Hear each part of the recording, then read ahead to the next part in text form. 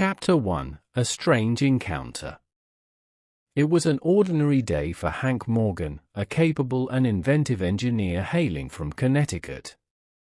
He had always been a practical man, grounded in the certainties of the 19th century, where science and reason reigned supreme. That particular morning, Hank was engrossed in his work at the Colt Firearms Company, overseeing the production of revolvers, when a disagreement with a fellow worker escalated into a physical confrontation. Hank, always ready to defend his principles, found himself in a scuffle. In the ensuing melee, a heavy tool was swung, striking him sharply on the head. His world spun into darkness, and he lost consciousness. When Hank awoke, he felt the warmth of the sun on his face and the sensation of rough ground beneath him. Groggily, he opened his eyes and was met with a sight that defied all logic. He was lying on the edge of a dense forest, the likes of which he had never seen before. Tall, ancient trees loomed overhead, their leaves rustling in a gentle breeze that carried the scents of wildflowers and earth. The sounds of birdsong and distant chatter of animals filled the air. Dazed, Hank struggled to his feet, his head throbbing with pain. As his vision cleared, he noticed a group of people nearby, dressed in strange, archaic clothing. They wore tunics, cloaks, and armor that seemed to belong to a bygone era, far removed from his industrialized world. Hank's mind raced to make sense of the situation. Was this some elaborate prank? A historical reenactment, perhaps? But everything felt too real, too vivid. Before he could gather his thoughts, the group spotted him. Their eyes widened in surprise and suspicion. One of them, a burly man with a bushy beard and a sword at his side, barked an order.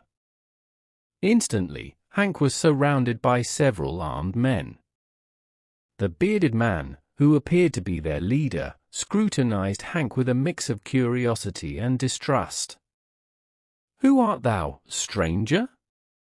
What manner of garb is this?" the leader demanded, pointing at Hank's clothes, which were utterly foreign to the medieval assembly.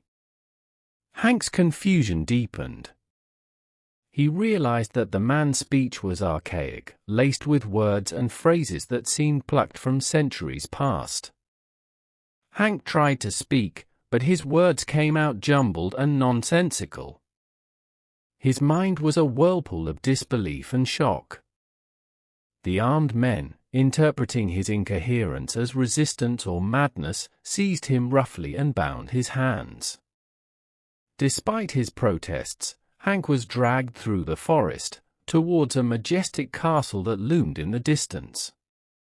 The castle's towering spires and thick stone walls spoke of an age long gone, an age of knights and kings, of chivalry and feudal power. As they approached the castle gates, Hank's heart pounded in his chest. He was led through the bustling courtyard, where he glimpsed blacksmiths hammering away at anvils, soldiers practicing their swordplay, and peasants going about their daily chores. The sights and sounds were overwhelming, a cacophony of the medieval world that was both fascinating and terrifying. Hank was taken into the grand hall of the castle, an immense room with high, vaulted ceilings and walls adorned with tapestries depicting heroic deeds and mythical creatures. The air was thick with the scent of burning torches and the murmur of courtly activity. At the far end of the hall, seated on a magnificent throne, was a regal figure dressed in rich, ornate robes.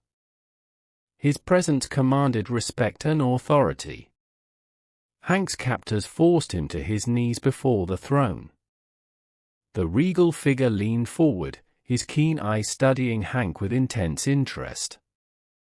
It was then that Hank realized he was in the presence of King Arthur, the legendary ruler of Camelot. The knights gathered around the throne, including the famed Sir Lancelot and Sir Gawain, eyed Hank with a mixture of suspicion and curiosity. King Arthur raised a hand, and the hall fell silent. "Who is this man that has been brought before us?" he asked, his voice deep and commanding. The bearded man who had captured Hank stepped forward. "Your Majesty, we found this stranger at the edge of the forest. His speech and attire are unlike any we have seen. We fear he may be a spy or a sorcerer." King Arthur's gaze shifted back to Hank.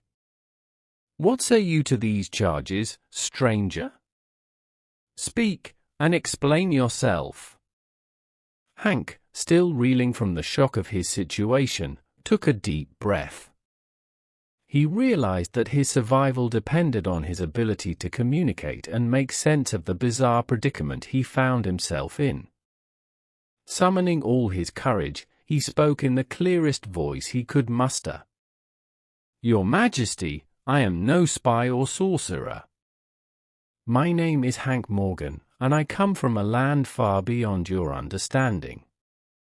I was working in my shop when a blow to my head brought me here, to your time and place. I do not know how this happened, but I mean no harm to you or your people." The court erupted in whispers and murmurs. The concept of time travel was beyond their comprehension, and many found it difficult to believe Hank's story.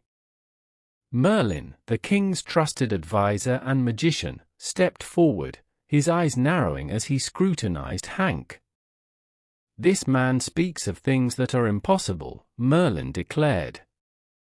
"Only magic can transport someone across time and space. If he is not a sorcerer, then he is surely a madman."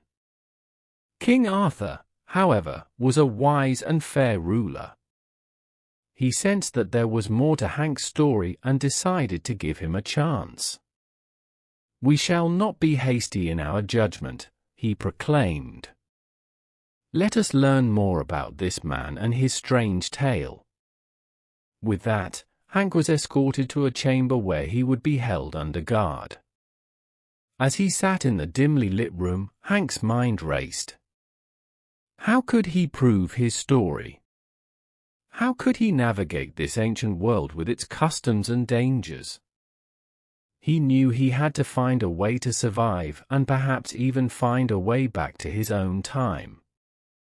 As night fell, Hank gazed out of the small window in his chamber, looking at the stars twinkling in the sky. He felt a mix of awe and trepidation. He was in the court of King Arthur, a place of legend and myth. His engineering mind began to churn with ideas. Perhaps he could use his knowledge to gain the trust of these people, to show them the wonders of his own time. But for now, he needed rest.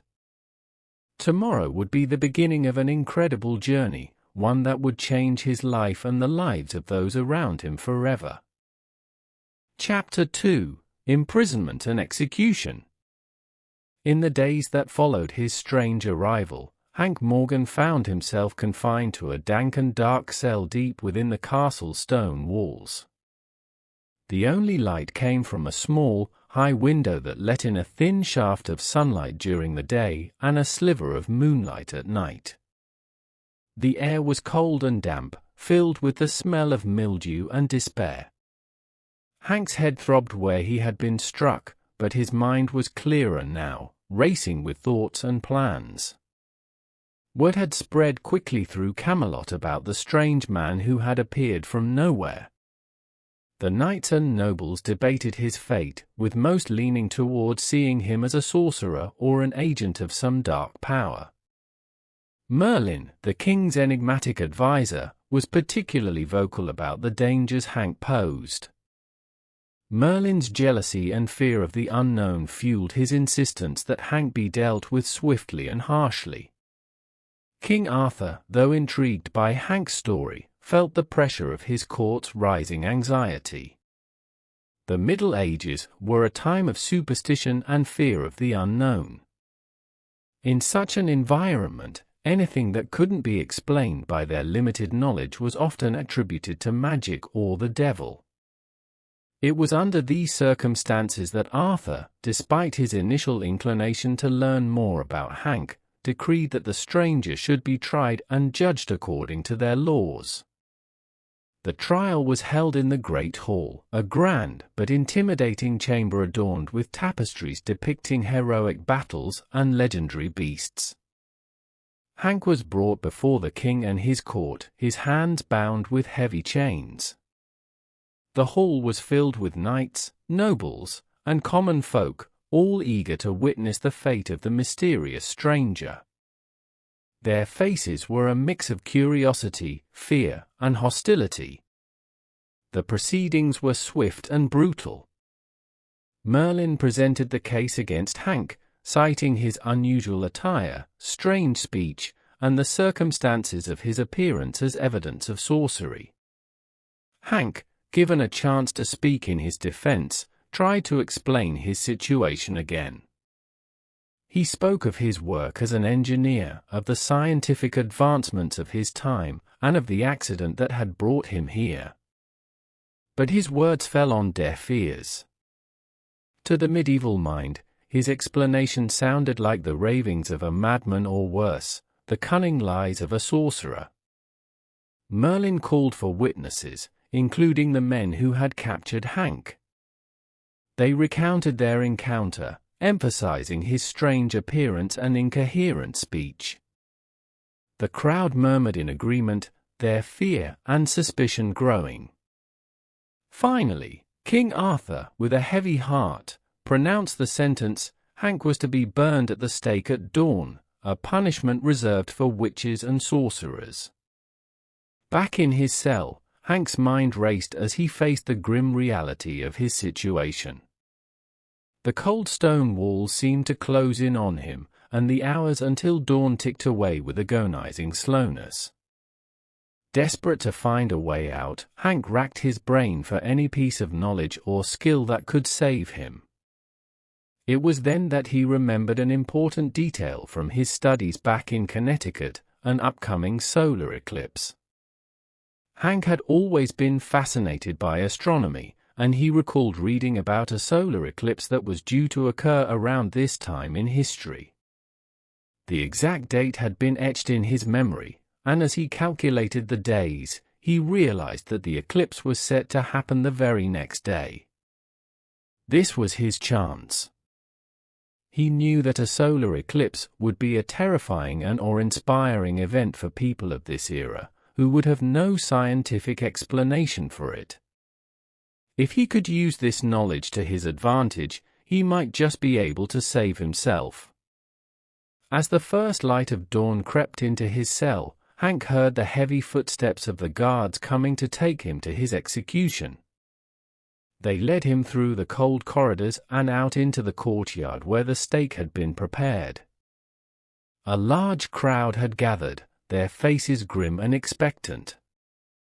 The pyre was piled high with wood, ready to ignite. Hank was tied to the stake, and the executioner stepped forward, a torch in hand. Just as the torch was about to touch the wood, Hank called out in a loud, commanding voice, "Wait! I can prove my power. Do not light the fire. I can make the sun disappear from the sky." The crowd gasped, and even the executioner hesitated. King Arthur, who had come to witness the execution, raised a hand to signal a halt. "What do you mean, stranger?" he asked, his voice filled with a mix of skepticism and curiosity. Hank took a deep breath, drawing on every ounce of his confidence. "Today, within the hour, the sun will vanish and the world will be plunged into darkness. If this happens, it will be a sign that I am not a mere mortal, but a powerful being. If I am proven right, I ask that you spare my life." The court was abuzz with whispers and speculation.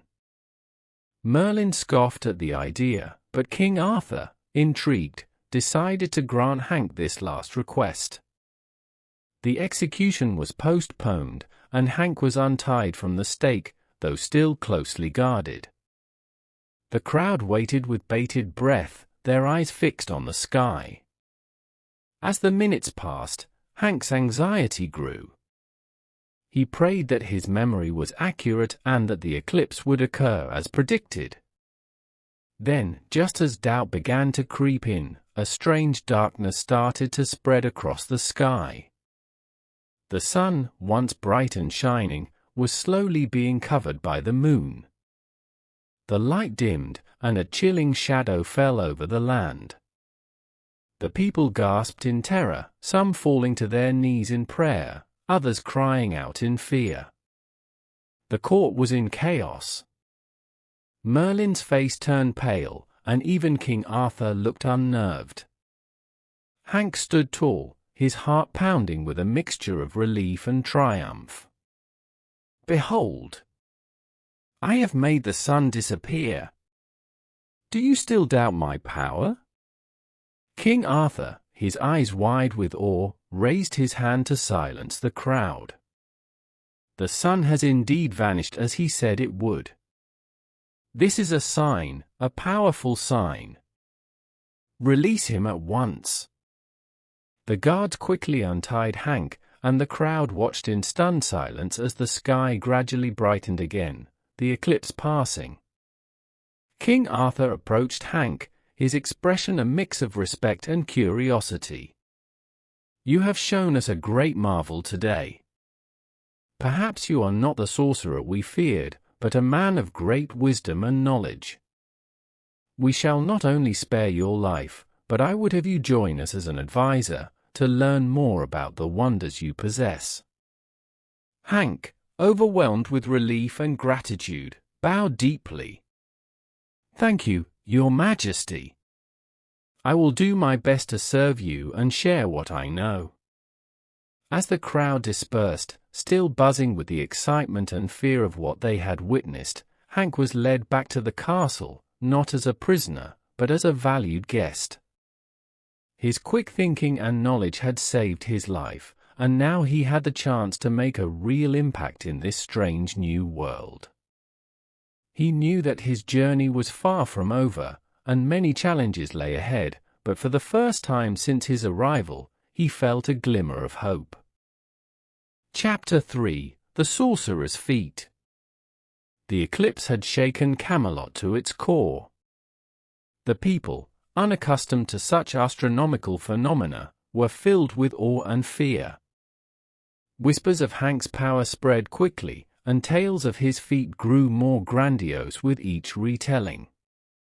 By the time the sun returned to its full glory, Hank Morgan had been firmly entrenched in the collective consciousness as a powerful sorcerer, a man who could command the very heavens. King Arthur, ever the wise and judicious ruler, saw potential in Hank that extended beyond the immediate terror of the eclipse. He recognized the value in Hank's knowledge, perceiving that his strange powers could bring unprecedented benefits to Camelot. Thus, in the days following the eclipse, Hank was given quarters within the castle, a marked improvement from the dank cell he had previously inhabited.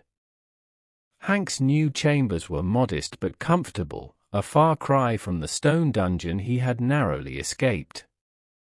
As he settled into his new role, he began to consider the immense possibilities before him. He realized that his survival depended not only on the continued belief in his powers, but also on his ability to bring tangible benefits to the kingdom. He needed to become invaluable to King Arthur and his court. Hank's first official act as advisor was to request an audience with the king. In the grand hall, amidst the richly woven tapestries and the ever-watchful eyes of the court, Hank outlined his vision. "Your Majesty," he began, "I have knowledge from a distant land and time, knowledge that can help your kingdom flourish. I wish to share this with you and your people." King Arthur, intrigued by Hank's confident demeanor and keen intellect, nodded for him to continue. "What kind of knowledge do you possess, Sir Hank?" Arthur asked, his voice filled with curiosity. Hank took a deep breath. "Your Majesty, I can introduce methods and inventions that will improve agriculture, medicine, communication, and many other aspects of daily life. But first, I must earn your trust by demonstrating the practical benefits of my knowledge." With Arthur's consent, Hank began his work. He decided to start with something simple yet revolutionary: agricultural improvements. He introduced the concept of crop rotation, explaining how alternating crops would improve soil fertility and yield better harvests. He also demonstrated the use of a rudimentary seed drill, which allowed seeds to be planted more efficiently and at a consistent depth. These innovations, though basic by modern standards, were groundbreaking for the people of Camelot. Hank worked tirelessly, often late into the night, sketching designs and drafting plans for his various projects. He enlisted the help of a few trusted blacksmiths and carpenters, teaching them the principles of his inventions and overseeing their construction. As the weeks passed, the fields around Camelot began to change. The new methods led to bountiful harvests, and the people marveled at the abundance of food. King Arthur, seeing the positive impact of Hank's ideas, grew even more supportive. He called a council meeting to discuss further projects. "Sir Hank has proven his worth," Arthur declared to the assembled knights and nobles. "What other wonders can you share with us, Sir Hank?" Encouraged by the king's support, Hank decided to tackle healthcare next. He introduced basic hygiene practices, such as the importance of clean water and proper sanitation. He showed the court how to build simple latrines and emphasized the necessity of washing hands to prevent disease. Although these concepts were initially met with skepticism, the undeniable improvement in public health won the people over. Hank also demonstrated basic medical techniques. He trained a group of young men and women as apprentices, teaching them how to treat common injuries and illnesses using methods from his time. They learned about setting broken bones, stitching wounds, and using herbal remedies more effectively. Under his guidance, the kingdom's first rudimentary hospital was established, greatly reducing the mortality rate and earning Hank further admiration and respect. With these successes under his belt, Hank turned his attention to communication. He understood that for a kingdom to thrive, information needed to flow freely and accurately. He devised a simple system of couriers and relays, ensuring messages could be sent swiftly across the land. He also began experimenting with a rudimentary telegraph system, though its implementation would take more time and resources. Throughout all these endeavors, Hank maintained the facade of sorcery, carefully balancing his modern knowledge with the superstitions of the age. He knew that his continued influence depended on the people's belief in his extraordinary abilities. To this end, he occasionally performed small miracles using simple scientific principles. He would create chemical reactions that produced dazzling effects, use magnets to move objects seemingly by magic, and demonstrate basic electricity to light small fires or produce sparks. These displays kept the legend of his powers alive and ensured his position in the court. Despite his growing influence, Hank faced opposition. Merlin, feeling increasingly threatened by Hank's presence and the changes he brought, continued to plot against him. Merlin's dark mutterings and attempts to undermine Hank's work created tension at court. However, King Arthur's firm support and the tangible improvements in the kingdom protected Hank from these machinations. As the months turned into years, Camelot transformed under Hank's guidance. Roads were improved, bridges built, and trade flourished. Education became more widespread as Hank established schools where children learned to read, write, and understand basic scientific principles. The kingdom's economy prospered, and its people enjoyed a higher standard of living than ever before. Hank's relationship with King Arthur deepened into a genuine friendship. They spent long hours discussing philosophy, governance, and the future of Camelot. Arthur's innate wisdom and Hank's innovative mind complemented each other perfectly, creating a partnership that would be remembered in legend. Yet, despite all his successes, Hank was not without his struggles. The medieval mindset was deeply ingrained, and not all welcomed the changes he brought. He had to navigate the delicate balance between progress and tradition, often finding himself at odds with those who clung to the old ways. The nobles, in particular, were wary of the social shifts his reforms threatened to bring. One evening, as Hank and Arthur sat by the fire in the king's private chambers, Arthur spoke candidly. "You have done much for Camelot, my friend, but I sense a burden weighs on you. Tell me, what troubles you?" Hank sighed, staring into the flickering flames. "Your Majesty, I am grateful for your trust and the opportunity to make a difference here. But I fear that without a deeper understanding and acceptance of the principles behind these changes, they may not endure. The people follow because they believe in my magic, but true progress comes from knowledge and reason." Arthur nodded thoughtfully. "You speak the truth, Sir Hank.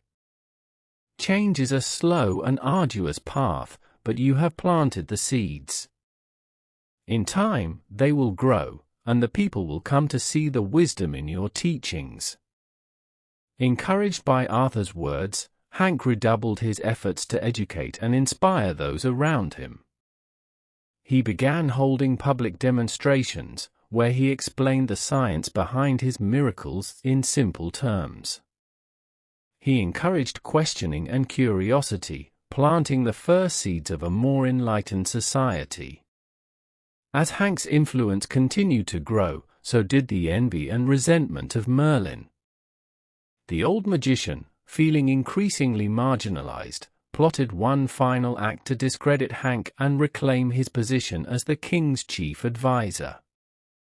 But Hank, ever vigilant, was prepared. He knew that Merlin's power lay in fear and ignorance, and he was determined to combat it with knowledge and truth. The day came when Merlin publicly challenged Hank, accusing him of being a fraud and demanding a test of true magical power. The court gathered, and the tension was palpable. Hank accepted the challenge, knowing that this would be a defining moment for him and the future of Camelot. Merlin's test was a dramatic display of conjuring illusions and invoking ancient spells, designed to awe and terrify the onlookers. Hank, in contrast, prepared a series of scientific demonstrations, each more impressive than the last. He showed the principles of magnetism, the effects of electricity, and the wonders of chemistry. Each demonstration was accompanied by clear, simple explanations, revealing the natural laws behind the magic. The climax of the contest came when Hank recreated the eclipse, this time using a simple mechanical model to explain how it worked. The people, seeing the tangible, understandable principles behind the phenomena, were amazed. King Arthur, recognizing the significance of the moment, declared Hank the victor. Merlin, his power broken and his influence shattered, retreated from the court in disgrace. Hank's triumph marked a new era for Camelot, one where knowledge and reason began to take root alongside tradition and chivalry. Thus, Hank Morgan, the Connecticut Yankee, secured his place not just as a sorcerer, but as a visionary who brought light to a dark age. His journey was far from over, but with each passing day, he felt more hopeful about the future he was helping to build. Chapter 4: The beginning of modernization. Hank Morgan, now firmly established as an advisor to King Arthur, was determined to usher Camelot into a new era. His success with the solar eclipse had granted him a reprieve, but he knew that the real work was just beginning. To make a lasting impact, he needed to introduce innovations and reforms that would transform the very fabric of medieval society. The first step was to create a base of operations where he could work on his inventions in secret. Hank chose a secluded location within the castle grounds, away from prying eyes and the superstitions of the court. This hidden workshop became his sanctuary, a place where he could channel his 19th-century knowledge into tangible creations. He selected a few trusted individuals to assist him, those who had shown a genuine curiosity and aptitude for learning. One of his first recruits was Clarence, a young page who had been fascinated by Hank's magic from the beginning. Clarence's loyalty and eagerness to learn made him an ideal apprentice. Together, they gathered materials and tools, often improvising with what was available in the medieval setting. Hank taught Clarence about metallurgy, mechanics, and basic engineering principles. They worked tirelessly, often late into the night, driven by the shared vision of a better future. The hidden workshop buzzed with activity as Hank and his team constructed advanced tools and machinery. One of their early successes was the creation of a lathe, a tool essential for precise metalworking. With the lathe, they could fabricate components for more complex machines. Hank introduced the concept of interchangeable parts, a revolutionary idea that streamlined the manufacturing process and increased efficiency. Hank's next project was the bicycle. He recognized the need for efficient transportation and saw the potential of bicycles to revolutionize travel in Camelot. Using materials from the workshop, he built the first prototype. The frame was crafted from lightweight but sturdy wood, the wheels from strong yet flexible spokes. Hank and his assistants experimented with different designs, refining the mechanics of the pedals and the chain drive. When the first functional bicycle was ready, Hank demonstrated it to King Arthur and the court. The sight of Hank riding the bicycle through the castle grounds was met with astonishment and delight. King Arthur himself took a turn, laughing with the exhilaration of newfound speed and mobility. Soon, bicycles became a common sight in Camelot, providing a practical and enjoyable means of transport for knights, messengers, and even common folk. Emboldened by this success, Hank turned his attention to communication. He knew that the ability to relay information quickly and accurately was crucial for governance and trade. Drawing on his knowledge of telegraphy, he devised a rudimentary form of the telephone. Using copper wire, magnets, and diaphragms made from thin metal sheets, Hank and his team constructed a device that could transmit sound over short distances. The first successful test of the telephone was a momentous occasion. Hank placed one device in the castle and another in the workshop, then had Clarence speak into the receiver. The clarity of the transmitted voice amazed everyone present. King Arthur saw the potential immediately. "With this, we can communicate across the kingdom in an instant," he marveled. "This will change everything." Hank set about installing telephone lines between key locations within Camelot, including the castle, the barracks, and the market. The ability to communicate quickly and efficiently improved coordination and decision-making, bolstering the kingdom's defense and trade. It was a small step, but it laid the groundwork for more sophisticated communication networks in the future. Education was another cornerstone of Hank's modernization efforts. He understood that lasting change required a well-informed populace. To this end, he began teaching select individuals about modern science and technology. He established a school within the castle, where he gave lessons on subjects ranging from basic physics and chemistry to more advanced topics like electricity and mechanics. Among his students were not only young men eager to learn, but also women who had previously been excluded from such knowledge. Hank believed in the importance of educating everyone, regardless of gender, and his inclusive approach fostered a new generation of thinkers and innovators. These students would become the teachers and leaders of tomorrow, spreading the seeds of knowledge throughout the kingdom. One of Hank's most ambitious projects was the creation of a rudimentary form of journalism. He understood that an informed citizenry was crucial for a functioning society. He introduced the concept of a newspaper, a regular publication that would disseminate news, ideas, and knowledge to the people of Camelot. Hank called it the Camelot Chronicle. The first edition of the Camelot Chronicle was a simple affair. Hank and his team used handmade printing presses to produce the paper.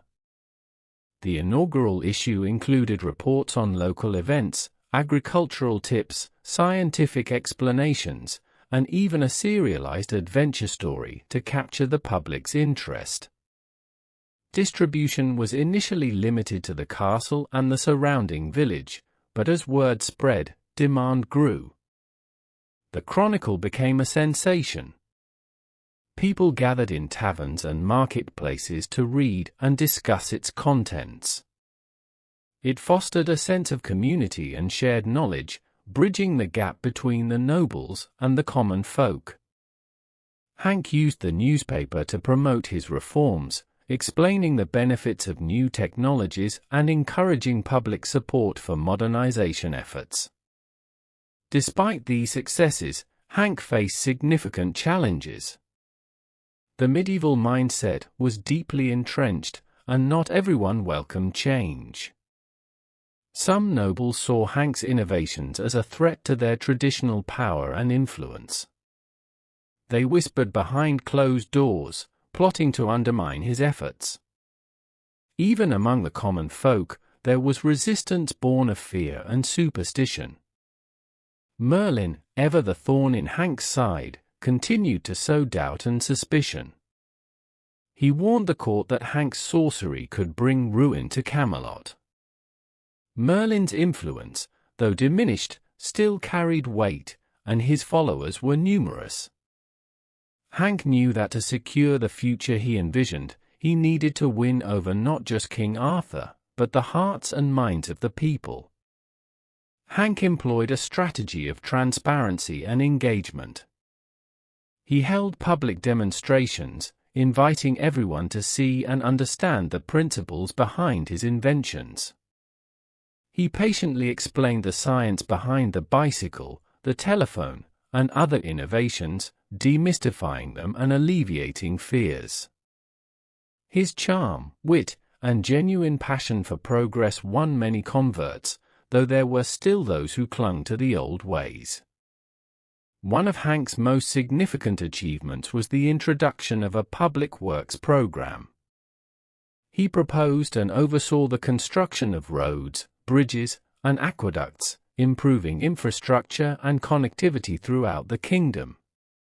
These projects provided employment and improved living conditions, further bolstering his reputation and the acceptance of his ideas. As Camelot transformed under Hank's guidance, he never lost sight of his ultimate goal, to bring about a renaissance of knowledge and innovation. He knew that true progress required time and perseverance, and he was committed to seeing his vision through. The kingdom's transformation was gradual but profound, as medieval Camelot began to embrace the principles of modernity.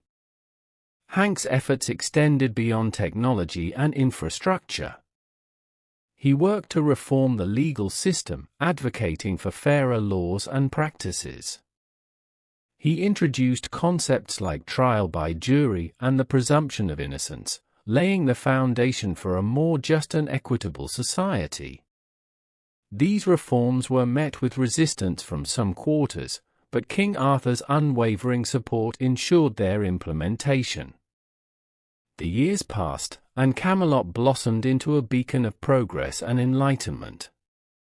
The once impenetrable walls of tradition began to crack, allowing the light of reason and innovation to shine through. Hank's hidden workshop became a symbol of this transformation, a place where dreams were forged into reality. Through it all, Hank remained mindful of his roots. He often thought of his home in Connecticut, drawing strength from the knowledge and experiences of his own time.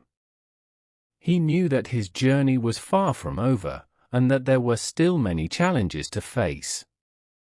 But with each passing day, he felt more hopeful about the future he was helping to build. In the end, Hank Morgan's legacy would be remembered not just as a sorcerer who commanded the sun, but as a visionary who brought light to a dark age. His innovations and reforms laid the groundwork for a new Camelot, one that embraced knowledge, justice, and progress. And though the road ahead was long, Hank knew that the seeds he had planted would continue to grow, shaping the destiny of a kingdom for generations to come. Chapter 5: Sir Sagramor's Challenge. Hank Morgan's efforts to modernize Camelot had begun to yield tangible results. Roads and bridges now connected once isolated parts of the kingdom, schools were educating a new generation in science and literacy, and the Camelot Chronicle was fostering a more informed populace. Despite these advancements, Hank's growing influence faced opposition, particularly from Merlin, the court's established magician. Merlin's subtle sabotage and open disapproval found an ally in Sir Sagramor le Desirous, a knight fiercely loyal to tradition. Sir Sagramor viewed Hank not only as a threat to the established order but also as a charlatan. One day, Sir Sagramor publicly challenged Hank to a duel, intending to expose him as a fraud. The challenge was issued in the Great Hall during a gathering of the court. Sir Sagramor, imposing in his armor, declared, "Sir Hank, I challenge you to a duel to prove your worth. Your tricks are no match for true knightly valor." The hall fell silent as all eyes turned to Hank. King Arthur, concerned but curious, listened as Hank responded. "Sir Sagramor, I accept your challenge, but I request a delay. I am no knight and need time to prepare.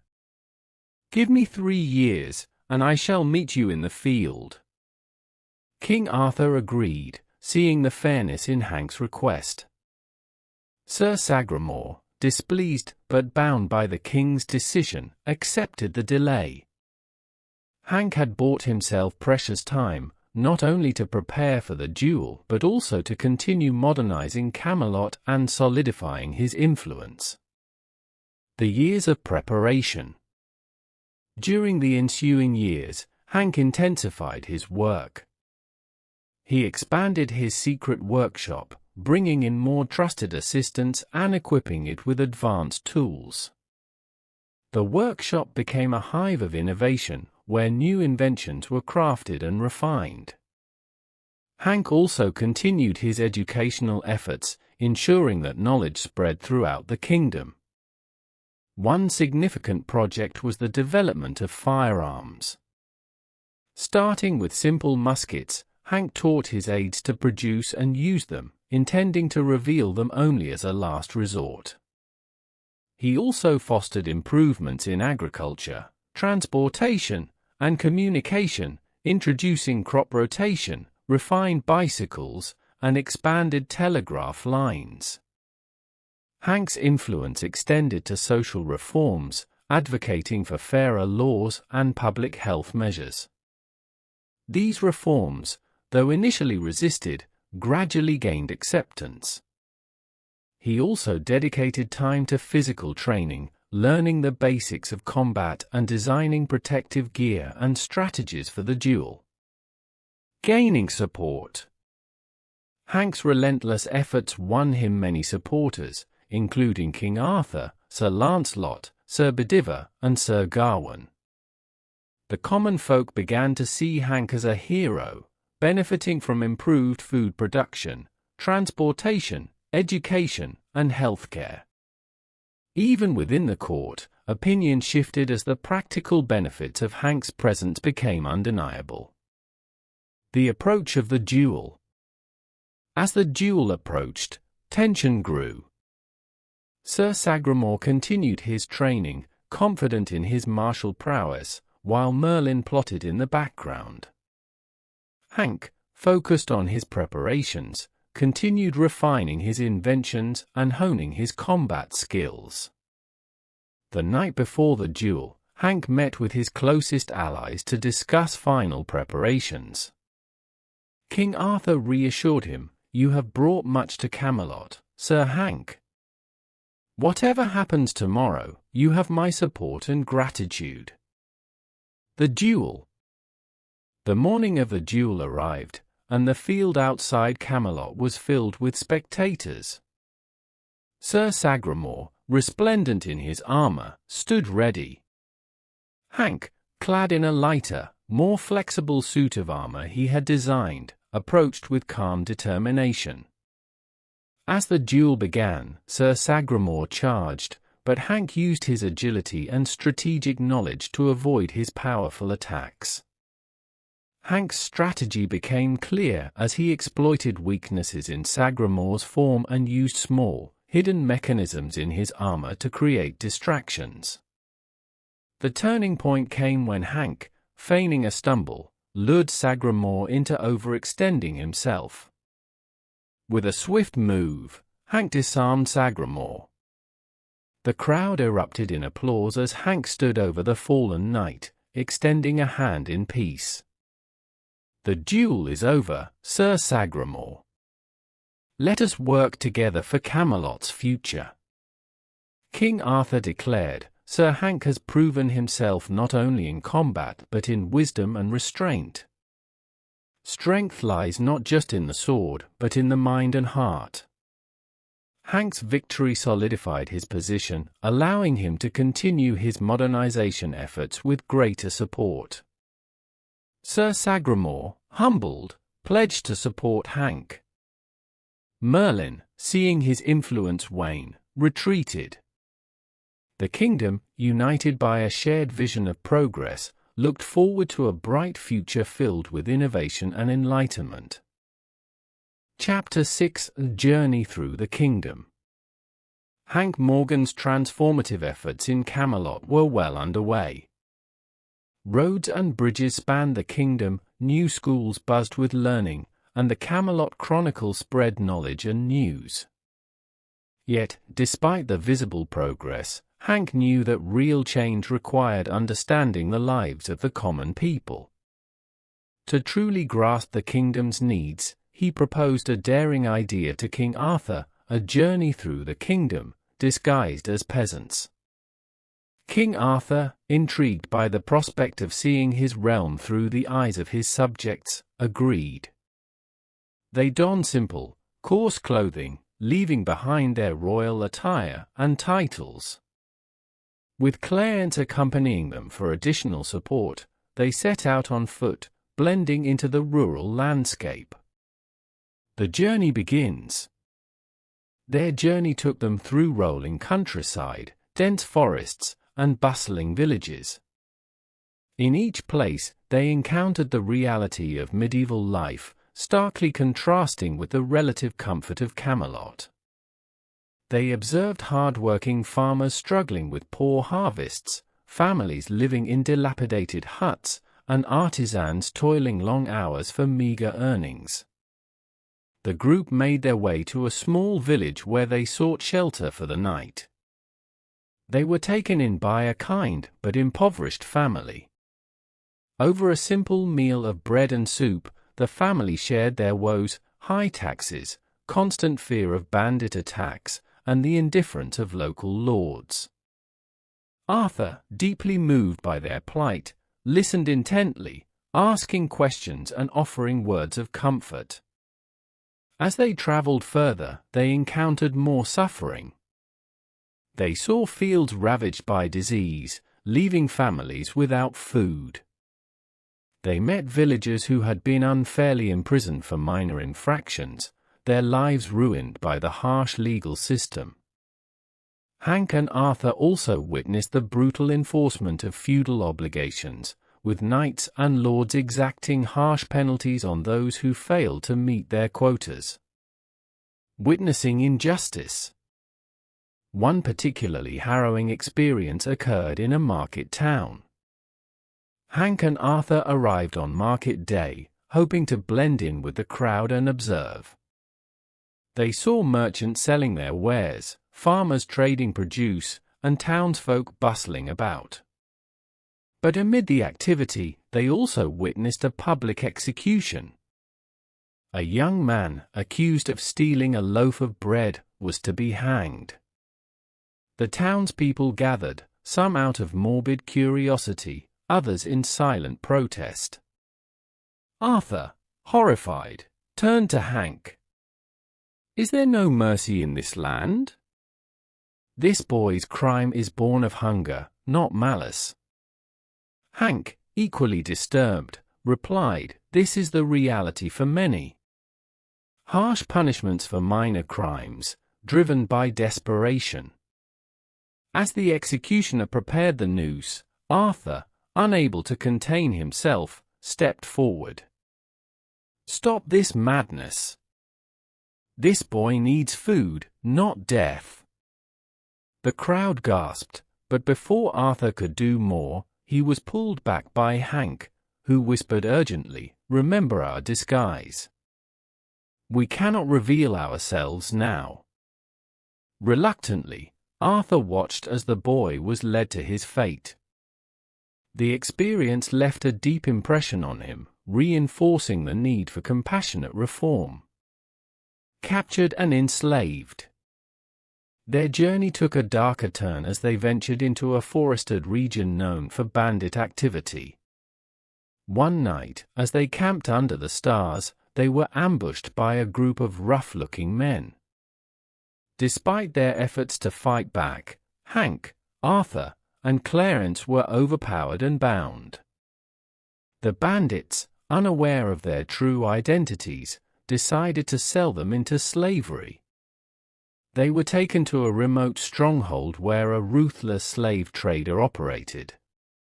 Stripped of their possessions and dignity, they were thrown into a dank, crowded cell with other captives. For the first time, Arthur experienced the brutality of slavery firsthand. They were forced to labor in harsh conditions, subjected to the whims of cruel overseers. The food was scarce and the punishment severe. Hank, though resourceful, found it challenging to maintain hope in such dire circumstances. Experiencing brutality. Days turned into weeks as they toiled under the unforgiving sun.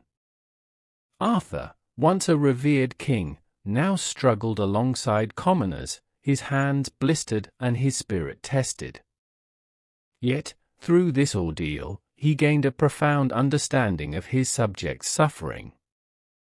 In one particularly brutal incident, a fellow slave collapsed from exhaustion.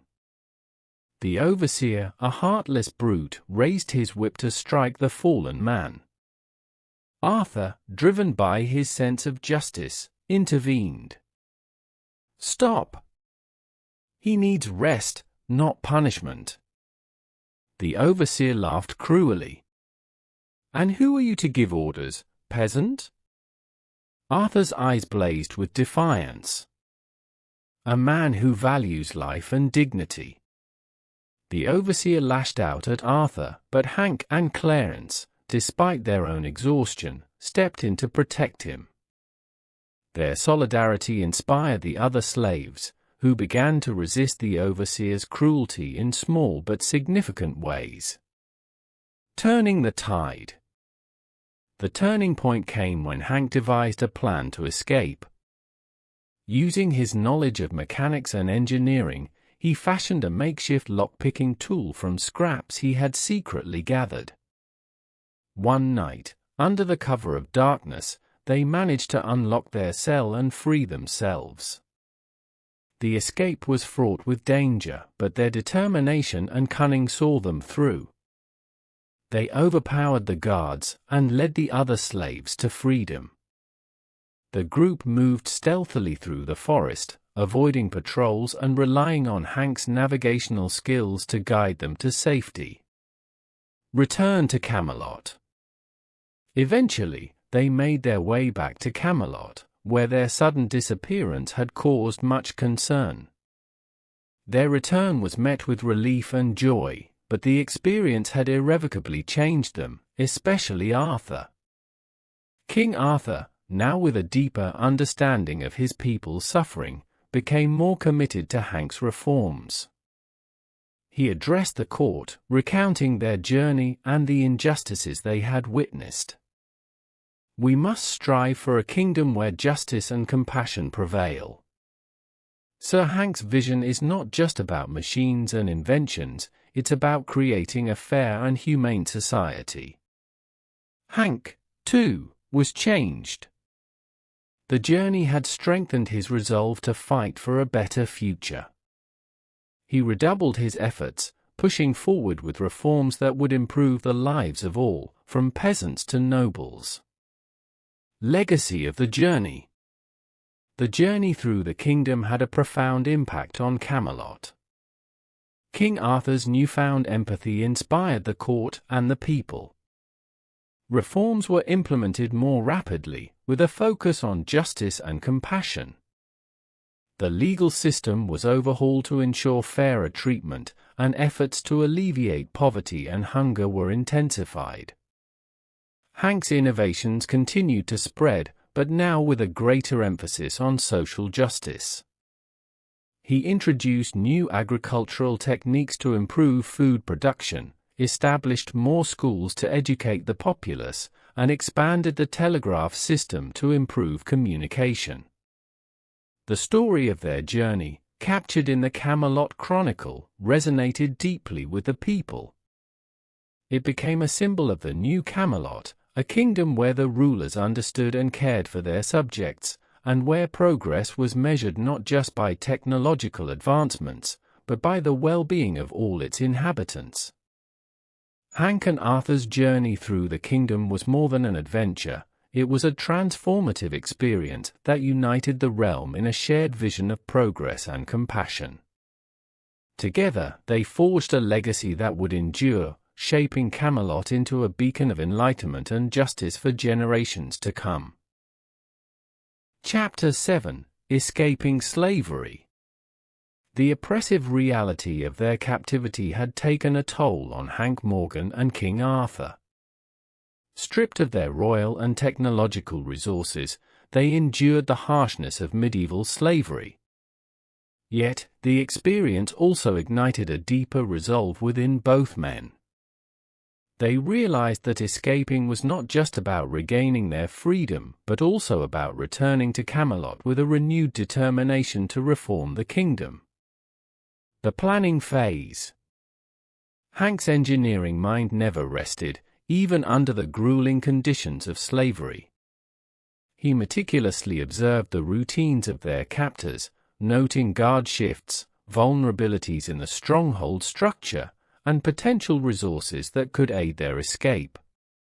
He shared his observations with Arthur and Clarence during the few moments they could converse without drawing attention. One evening, after a particularly harsh day of labor, Hank gathered Arthur and Clarence. "We must escape, and soon," he whispered, his voice barely audible over the din of the camp.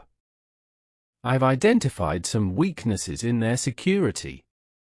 With careful planning, we can exploit these and make our way back to Camelot." Arthur, though physically worn, nodded with a determined gleam in his eyes. "We shall do what is necessary. These people suffer as my subjects do. This escape is not just for us but for them as well." Over the next several days, Hank discreetly collected materials, scraps of metal, bits of cloth, and any small tools he could pilfer. He crafted a rudimentary lockpicking tool and fashioned makeshift weapons. Clarence, with his youthful agility, scouted potential escape routes, while Arthur inspired the other captives with quiet words of hope and solidarity. The escape. The night of their escape arrived. The camp was quiet, the guards complacent in their belief that their prisoners were too exhausted and demoralized to attempt anything. Hank, Arthur, and Clarence silently moved through the shadows, unlocking the cell and freeing their fellow captives. The plan hinged on stealth and speed. Any misstep could lead to their capture and brutal punishment. Using his knowledge of mechanics and structural weaknesses, Hank disabled key points in the camp's defenses, causing minor chaos and confusion. This distraction allowed the group to slip past the guards. Clarence led the way through the dense forest, his keen senses guiding them through the underbrush and away from the well-trodden paths. Despite their careful planning, the escape was fraught with danger. At one point, they encountered a patrol. Hank quickly devised a distraction, using a makeshift smoke bomb he had created from gathered materials. The smoke confused and disoriented the guards, allowing the escapees to slip away undetected. They traveled through the night, putting as much distance between themselves and their former captors as possible. Hank's navigation skills, combined with Clarence's knowledge of the terrain, proved invaluable. Arthur, though burdened by the physical toll of their ordeal, pushed forward with unwavering determination, offering encouragement and support to those flagging behind. Reaching safety. After several days of arduous travel, the group finally reached the outskirts of Camelot. Their arrival was met with a mixture of relief and astonishment.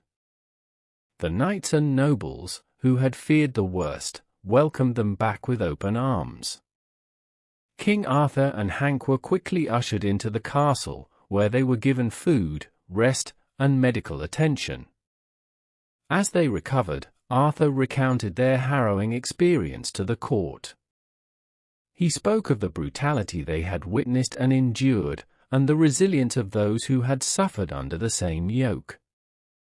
"We have seen the darkest depths of our kingdom," he declared, "and we must act to eradicate such inhumanity. Our duty is to all our subjects, to ensure that none live in such wretched conditions." Strengthening the resolve. The ordeal had a profound impact on King Arthur. He became even more committed to supporting Hank's modernization efforts, recognizing that technological advancements alone were not enough. They needed to be accompanied by social and legal reforms. Arthur's empathy for his people deepened, and he vowed to use his authority to create a more just and humane society. Hank, too, was galvanized by the experience. He saw firsthand the urgent need for change and the potential of his innovations to improve lives.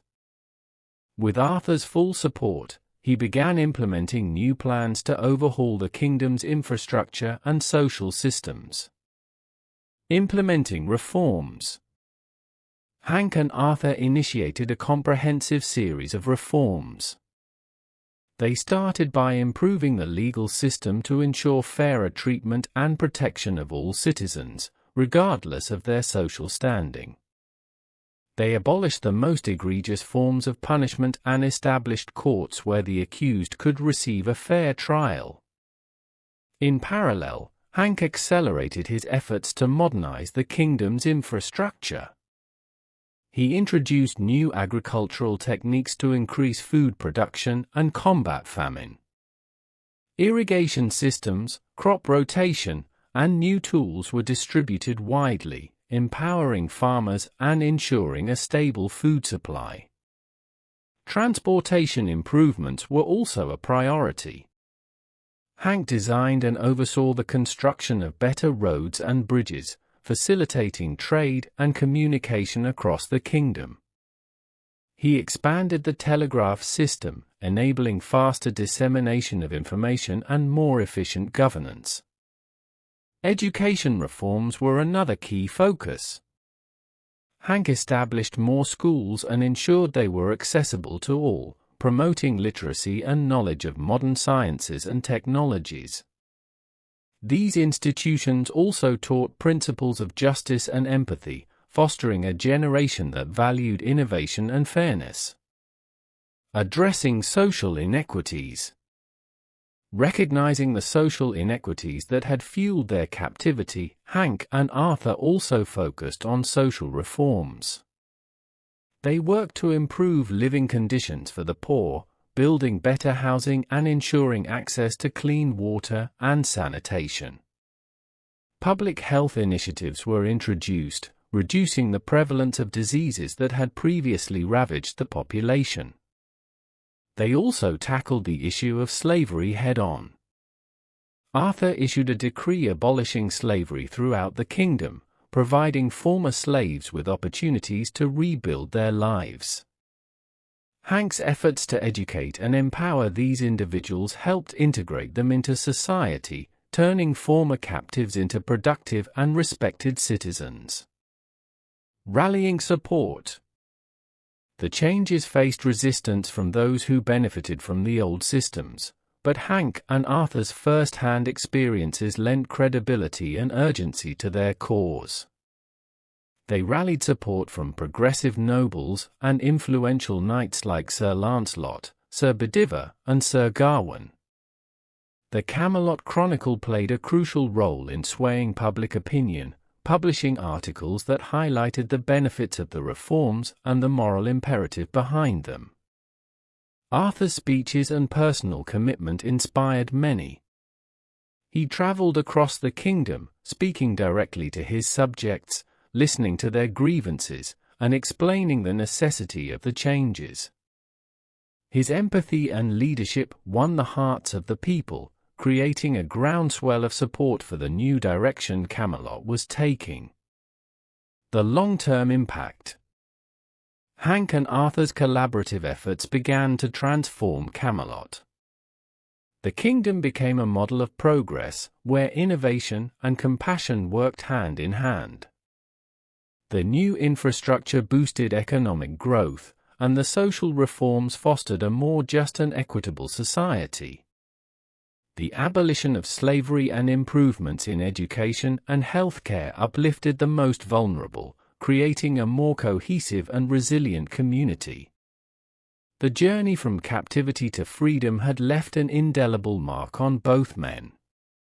For Arthur, it was a journey of enlightenment, deepening his connection with his people and strengthening his resolve to rule with fairness and compassion. For Hank, it reinforced the power of knowledge and innovation to bring about meaningful change. Their partnership, forged in adversity, continued to shape Camelot's destiny. Together, they proved that true leadership combined vision with empathy, and that progress required both technological advancements and a commitment to justice. The legacy of their journey endured, laying the foundation for a future where all of Camelot's citizens could thrive in a kingdom that valued every life. Chapter 8: The Duel with Sir Sagramore. The day of the long-awaited duel between Hank Morgan and Sir Sagramore le Desirous had finally arrived. The duel had been postponed for several years, during which Hank had continued his modernization efforts in Camelot, earning the support and admiration of many. However, the looming challenge from Sir Sagramore, a staunch traditionalist and formidable knight, was a constant reminder that not everyone accepted Hank's influence and innovations. Preparations for the duel. Hank spent the days leading up to the duel in intense preparation. He refined his inventions and practiced his strategies, knowing that his victory would not only demonstrate the superiority of modern tools over medieval weaponry but also solidify his standing in Camelot. His workshop buzzed with activity as he and his trusted assistants fine-tuned his weapons, a lasso and a revolver. The lasso, an invention inspired by the cowboys of the American West, was designed for speed and precision. The revolver, a simple yet effective firearm, represented the pinnacle of Hank's technological prowess. Both weapons, while unfamiliar to the Knights of Camelot, were chosen for their ability to neutralize Sir Sagramor's brute strength and martial skill. King Arthur, though anxious about the outcome, supported Hank. "You have done much for Camelot, Sir Hank. This duel will show that progress and innovation are as noble as tradition and strength." Hank appreciated Arthur's encouragement but knew that the true test would be on the field of combat. He also sought advice from his close allies, including Sir Lancelot and Clarence, who offered tactical insights and moral support. The day of the duel. The day dawned bright and clear, with a palpable sense of anticipation in the air. The duel was to take place on the field outside Camelot, a venue chosen for its visibility and symbolic significance. Knights, nobles, and commoners gathered, eager to witness the clash between the old ways and the new. Hank arrived early, clad in a specially designed suit of light armor that allowed for maximum mobility. He carried his lasso and revolver, the latter concealed to maintain an element of surprise. Sir Sagramor, resplendent in his gleaming armor, exuded confidence and disdain for Hank's unorthodox weapons. King Arthur, seated on a raised platform, signaled for the duel to commence. The atmosphere was electric, with the crowd hushed in anticipation. The duel begins. Sir Sagramor advanced first, wielding a massive sword that gleamed in the sunlight. He moved with the grace and power of a seasoned warrior, clearly intent on overwhelming Hank with sheer force. Hank, however, remained calm and focused. He knew that engaging Sagramor directly in hand-to-hand combat would be futile. As Sagramor charged, Hank deftly sidestepped, using his agility to avoid the initial onslaught. He quickly uncoiled his lasso, throwing it with practiced precision. The loop tightened around Sagramor's sword arm, pulling it off balance. The knight, caught off guard, stumbled slightly but quickly regained his footing, anger flashing in his eyes. Sagramor attempted to cut the lasso with his sword, but Hank tugged hard, causing the knight to drop his weapon. The crowd gasped, witnessing the first signs of Hank's ingenuity in action.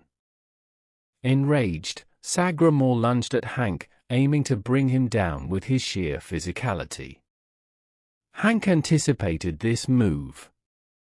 With a swift motion, he drew his revolver and fired a warning shot into the ground near Sagramor's feet. The sudden explosion of sound and smoke startled the knight and the spectators alike. Sir Sagramor paused, his eyes widening in disbelief at the unfamiliar weapon. Demonstrating superiority. Seizing the moment, Hank addressed the crowd. "This is the power of knowledge and innovation. We can build a future where brute strength is not the only measure of a man's worth." Sagramor, undeterred by the display, renewed his attack with a ferocious roar. Hank, maintaining his composure, fired another shot, this time grazing Sagramor's armored shoulder. The impact was enough to halt the knight's advance and force him to reconsider his strategy. Realizing the futility of a direct assault, Sagramore attempted to outmaneuver Hank, circling and searching for an opening. Hank, however, used his agility and the element of surprise to stay one step ahead. He fired another shot, striking Sagramore's sword hand and disarming him completely. The sword clattered to the ground, leaving the knight defenseless. With Sagramore disarmed and visibly shaken, Hank approached cautiously. He did not want to humiliate the knight but rather to demonstrate the efficacy of his methods. "Yield, Sir Sagramore. There is no dishonor in recognizing the power of progress." Sagramore, breathing heavily and clearly outmatched, hesitated. Pride and tradition warred within him, but the reality of his situation was undeniable.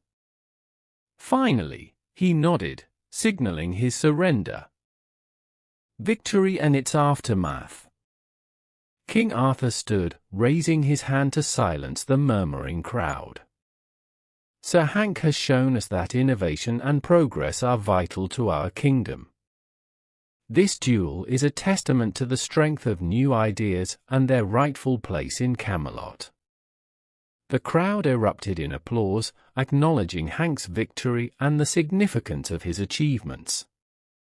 Sir Sagramore, though defeated, bowed to Hank, a gesture of respect and acceptance. "You have bested me, Sir Hank. I see now that there is value in your ways. I pledge to support your efforts for the good of Camelot." Hank extended his hand, helping Sagramore to his feet.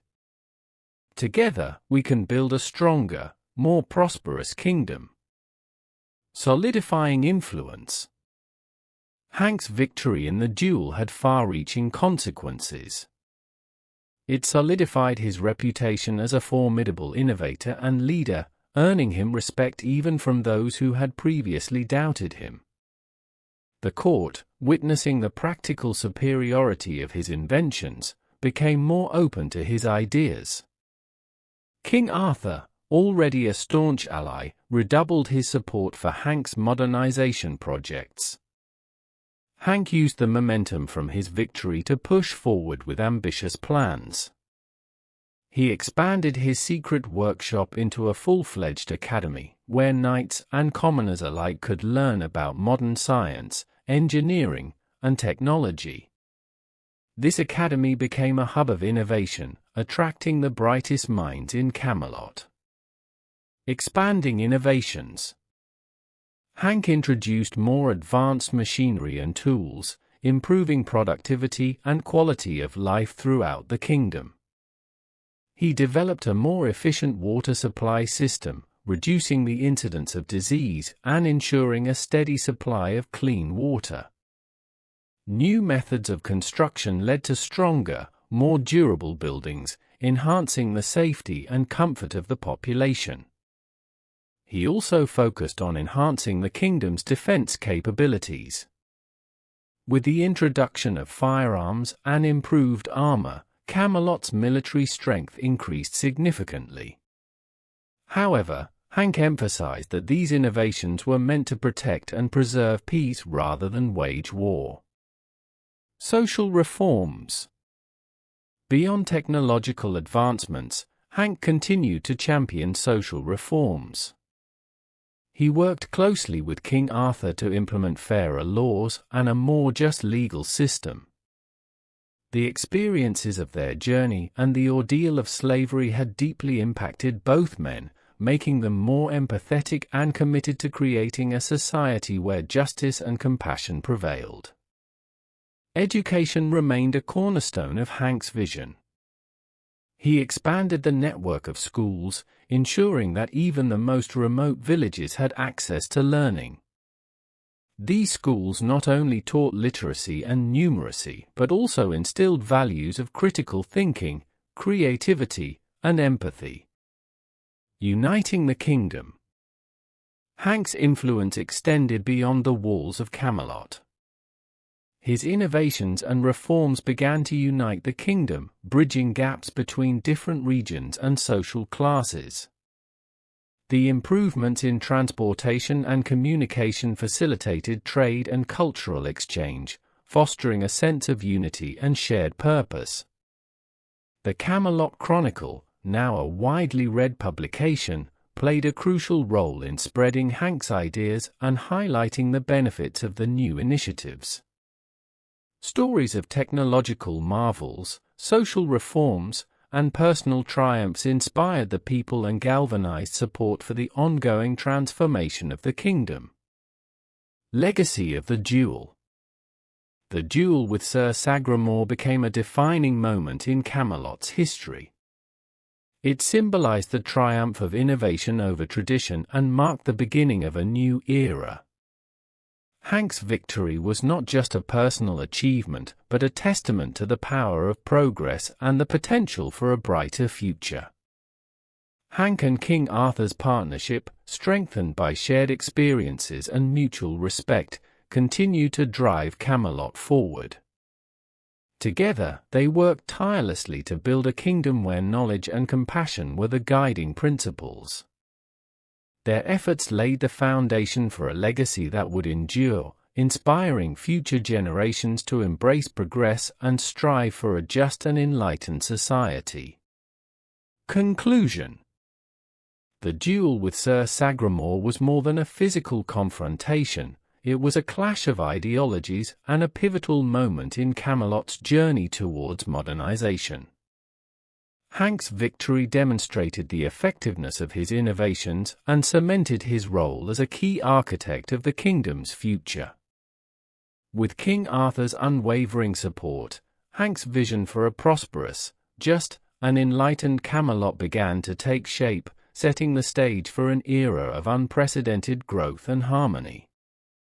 Chapter 9: War and Conflict. The winds of change sweeping through Camelot under Hank Morgan's guidance stirred both admiration and resentment. While many embraced the advancements and reforms, a significant faction, led by Merlin, staunchly opposed these transformations. They viewed Hank's innovations as a direct threat to the established order and their own power.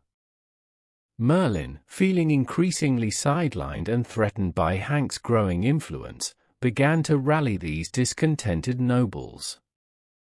The brewing storm. Merlin, an ancient and powerful figure, had long been the court's primary source of mystical knowledge and guidance. Hank's scientific approach and technological prowess challenged Merlin's mystical authority, creating an inevitable conflict. Merlin capitalized on the fears and uncertainties of the traditionalist nobles, who believed that Hank's changes undermined the very fabric of their society. In secret meetings held in dimly lit chambers, Merlin stoked the flames of rebellion. Hank Morgan's so-called progress is but a facade, a threat to our way of life. We must act before Camelot is irrevocably changed.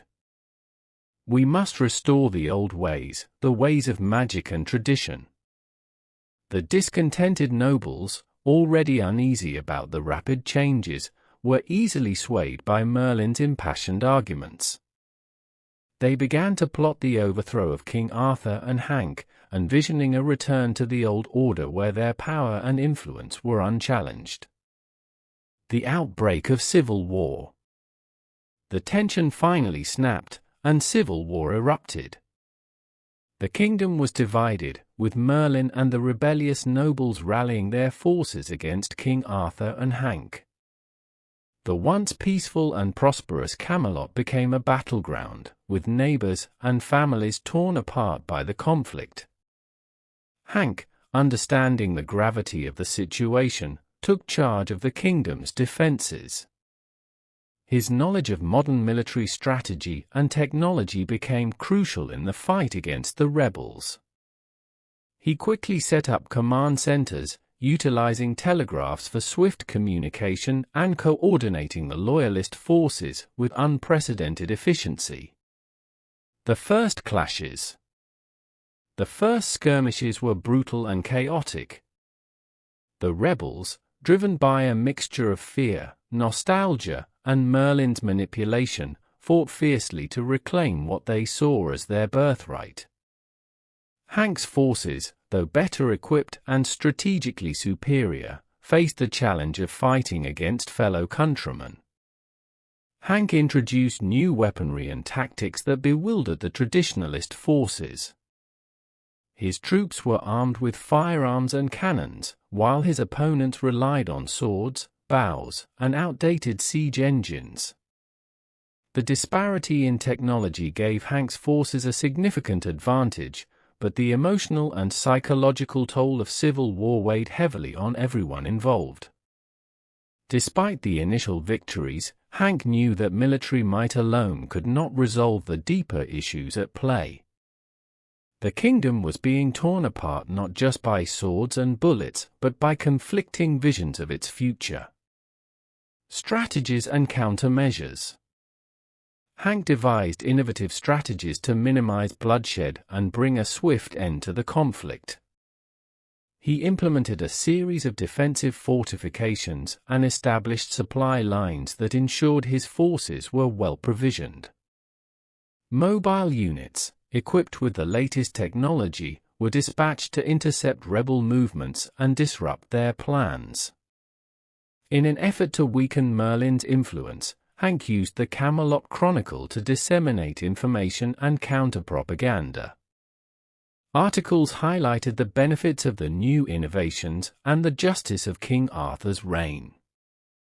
Stories of the suffering caused by the war and the cruelty of the rebel leaders were published to sway public opinion. King Arthur, deeply troubled by the civil strife, personally appealed to his subjects, urging them to lay down their arms and embrace unity and progress. His speeches, broadcast through Hank's telegraph network and printed in the Chronicle, emphasized the need for peace and cooperation. The turning point. As the conflict dragged on, the toll on the kingdom became apparent. Crops were left untended, villages burned, and countless lives were lost.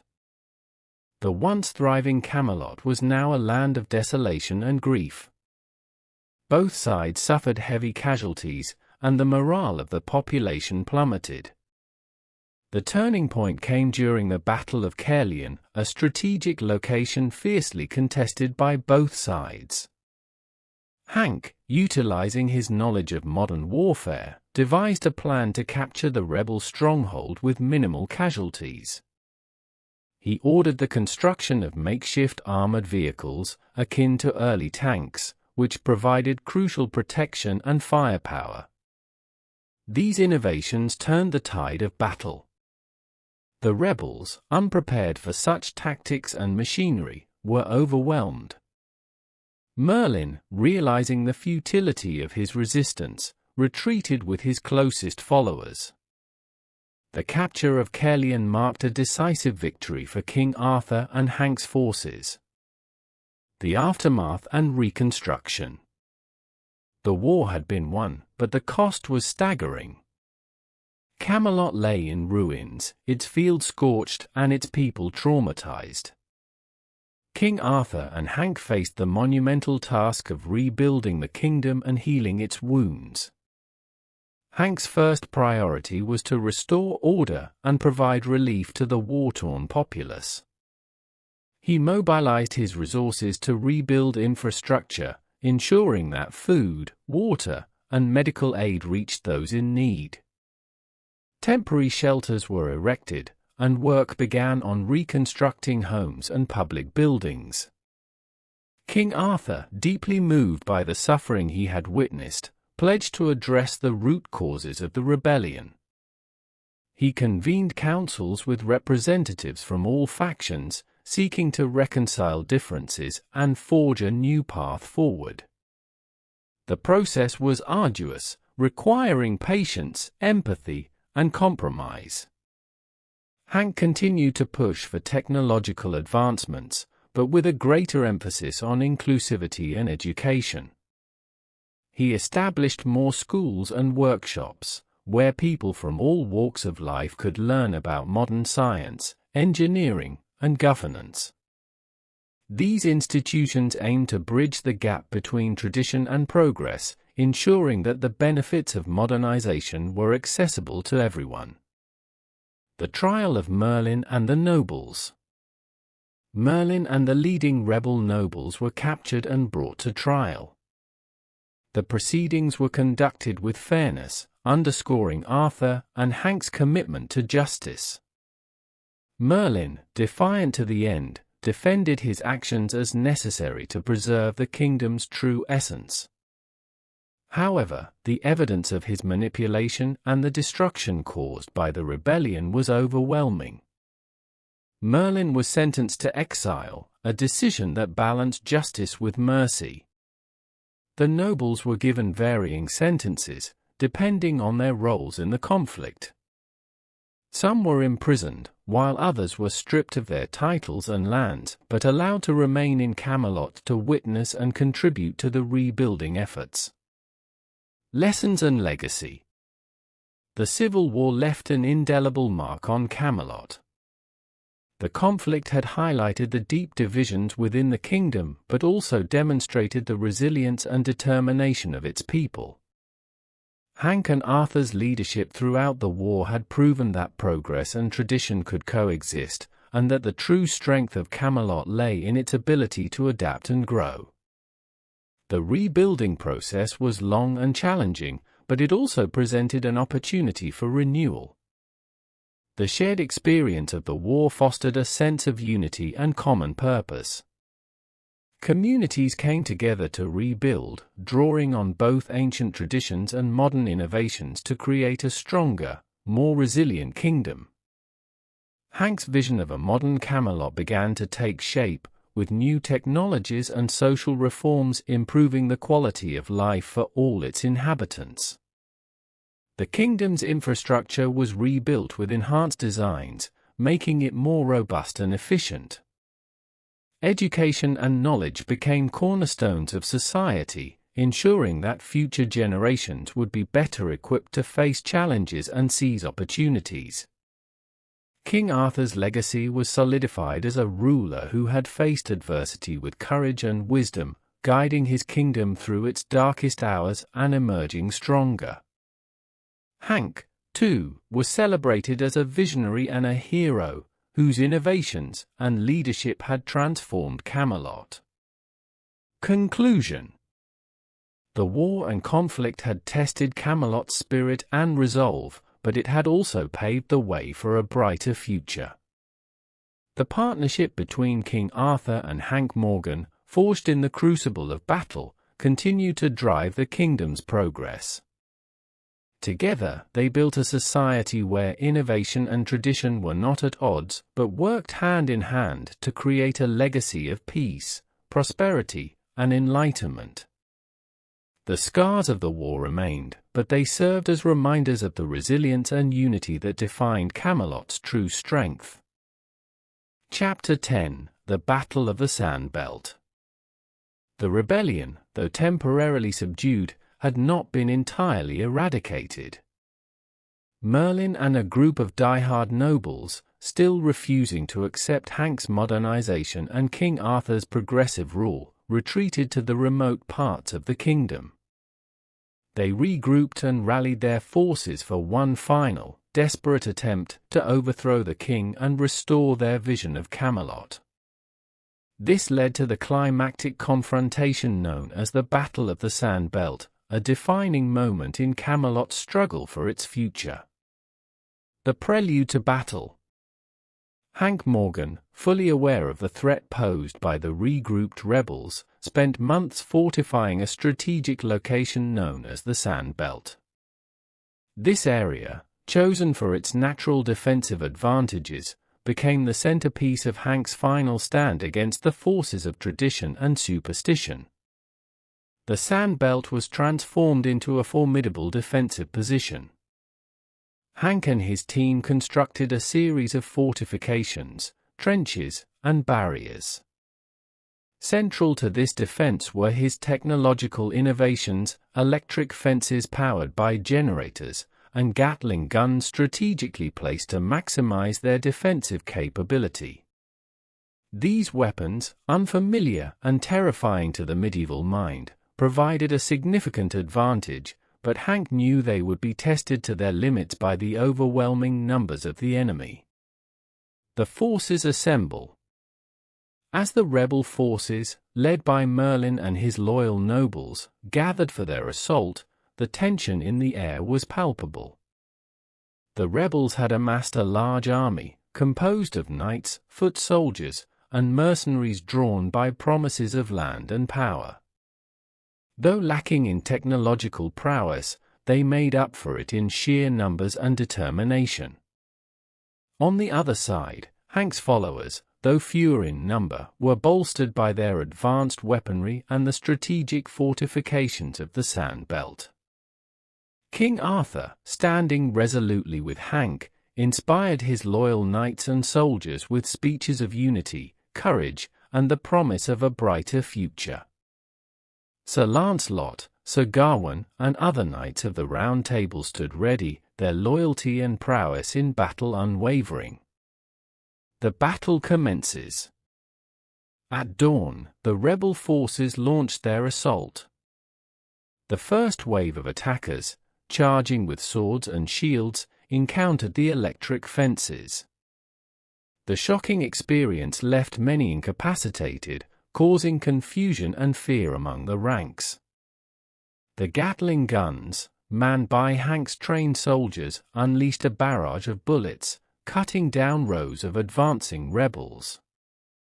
Despite the devastating initial losses, the sheer determination and numbers of the rebels drove them forward. They attempted to breach the defenses with makeshift ladders and battering rams, only to be met with fierce resistance. Hank's side, though technologically superior, struggled to hold the line against the relentless onslaught. The battle raged for hours, turning the Sand Belt into a scene of chaos and carnage. Hank, moving from one defensive position to another, coordinated the defense with the help of his telegraph network.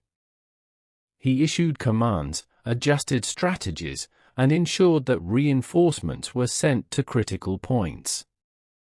The air was filled with the sounds of gunfire, clashing steel, and the cries of wounded and dying men. A desperate struggle.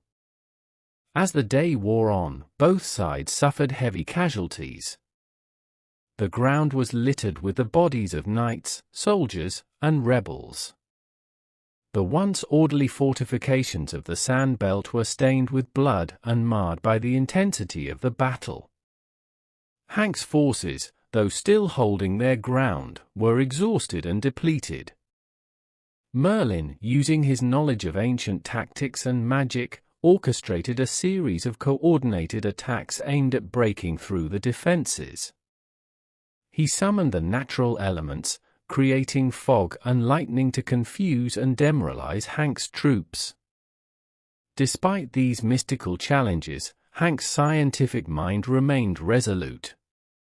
He countered Merlin's magic with strategic brilliance, using flares to dispel the fog and grounding rods to neutralize the lightning strikes. The turning point. The turning point of the battle came in the late afternoon. Merlin, in a desperate bid to turn the tide, led a massive charge himself, inspiring his followers with his presence. The rebels, invigorated by their leader's bravery, surged forward with renewed ferocity. They managed to breach one section of the electric fence, pouring through the gap in a chaotic flood. Hank, realizing the critical situation, directed all available forces to the breach. He personally manned one of the Gatling guns, mowing down attackers with grim determination. King Arthur, alongside his knights, engaged in fierce hand-to-hand combat, his presence a beacon of hope and courage for his beleaguered soldiers. The final stand. In the midst of the chaos, Hank and Merlin faced off. Merlin, wielding his magical staff, unleashed a barrage of spells, while Hank used his revolver and tactical acumen to counter the wizard's attacks. Their duel, a clash of science and magic, symbolized the larger conflict engulfing Camelot. Despite Merlin's formidable power, Hank's resourcefulness and determination gave him the upper hand. He managed to shoot Merlin's staff, shattering it and nullifying the wizard's magical advantage. Disarmed and desperate, Merlin attempted to rally his forces for one final push, but the tide had turned. Hank's forces, bolstered by the presence of their leaders and the effectiveness of their technology, began to push the rebels back. The electric fences were repaired, and the Gatling guns resumed their relentless fire. The rebels, now leaderless and demoralized, began to falter and retreat. Victory and devastation. As night fell, the battle drew to a close. The rebels, their spirit broken, scattered and fled. Merlin, captured and defeated, was brought before King Arthur and Hank. The battlefield, now silent, was a stark reminder of the cost of the conflict. The Sand Belt, once a symbol of defense and innovation, was a grim testament to the brutality of war. Aftermath and reflection. The victory, though decisive, came at a great cost. The kingdom was deeply scarred by the battle, both physically and emotionally. The death toll was staggering, and the devastation wrought upon the land would take years to heal. Hank, standing amidst the ruins of the Sand Belt, reflected on the heavy price of progress and the immense responsibility that came with wielding such power. King Arthur, solemn and weary, addressed his people.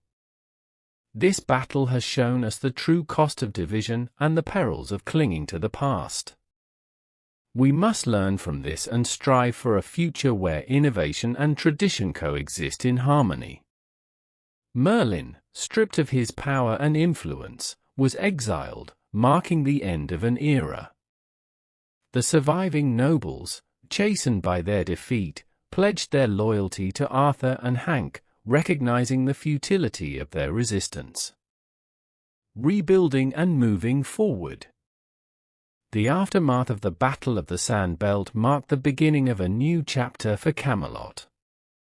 Hank and Arthur, united by their shared vision and the trials they had endured, set about the task of rebuilding the kingdom. The fortifications of the Sand Belt were repurposed for peaceful uses, serving as a reminder of the conflict and the resilience of the people.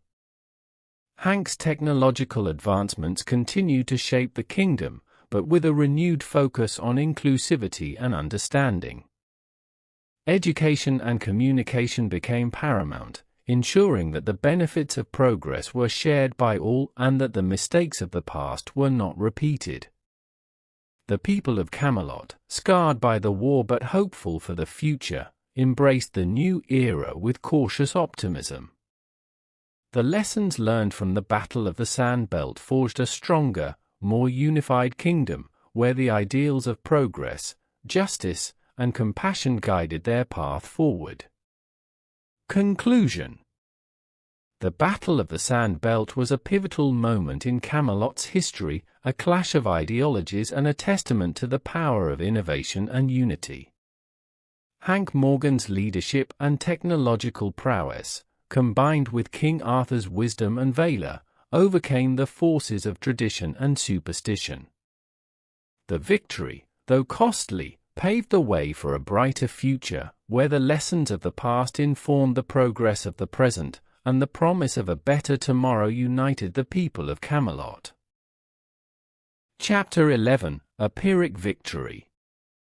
The Battle of the Sand Belt, while marking a decisive triumph for Hank Morgan and King Arthur, left a somber shadow over Camelot.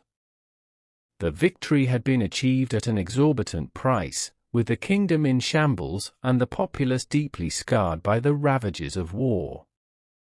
The aftermath of the battle revealed the true cost of progress and conflict, bringing both grief and a glimmer of hope for the future. The aftermath of battle.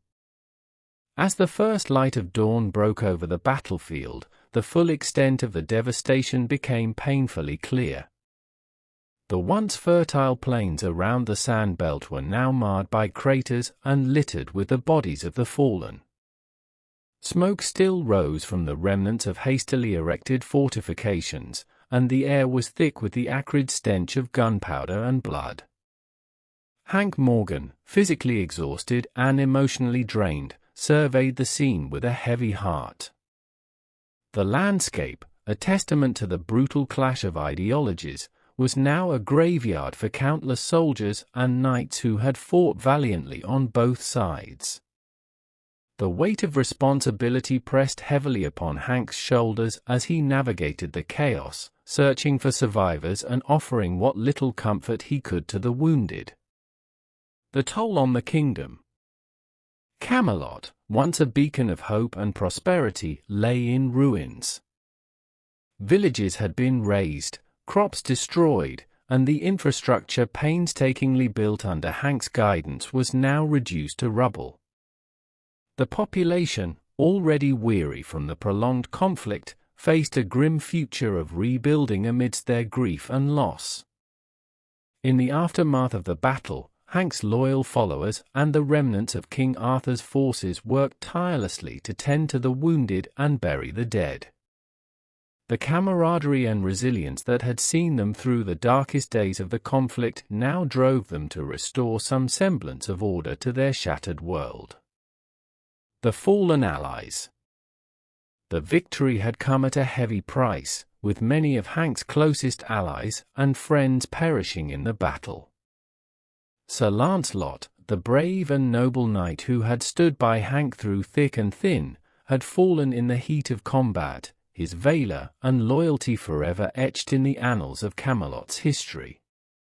Sir Gawain, too, had succumbed to his wounds, his indomitable spirit finally yielding to the relentless march of time. These losses weighed heavily on Hank, each fallen comrade a painful reminder of the human cost of his ambitious vision. The faces of the lost haunted his dreams, their sacrifices a poignant testament to the courage and resolve that had defined their struggle. The kingdom mourned its heroes, their legacies immortalized in the hearts and minds of the people they had fought to protect. King Arthur's final moments. The most grievous blow came with the mortal wounding of King Arthur. Struck down in the final moments of the battle, Arthur was carried from the field by his loyal knights, his life ebbing away with each passing moment. In a makeshift tent near the sand belt, Hank sat by Arthur's side, the weight of impending loss heavy in the air. Arthur, his face pale and his breath labored, reached out to Hank with a trembling hand. "Hank," he whispered, his voice barely audible above the din of the encampment, "do not let this victory be in vain. The kingdom, our people, they need your vision, your strength." Tears welled in Hank's eyes as he grasped Arthur's hand, the magnitude of the moment overwhelming him. "I will do everything I can, Arthur," he vowed, his voice choked with emotion.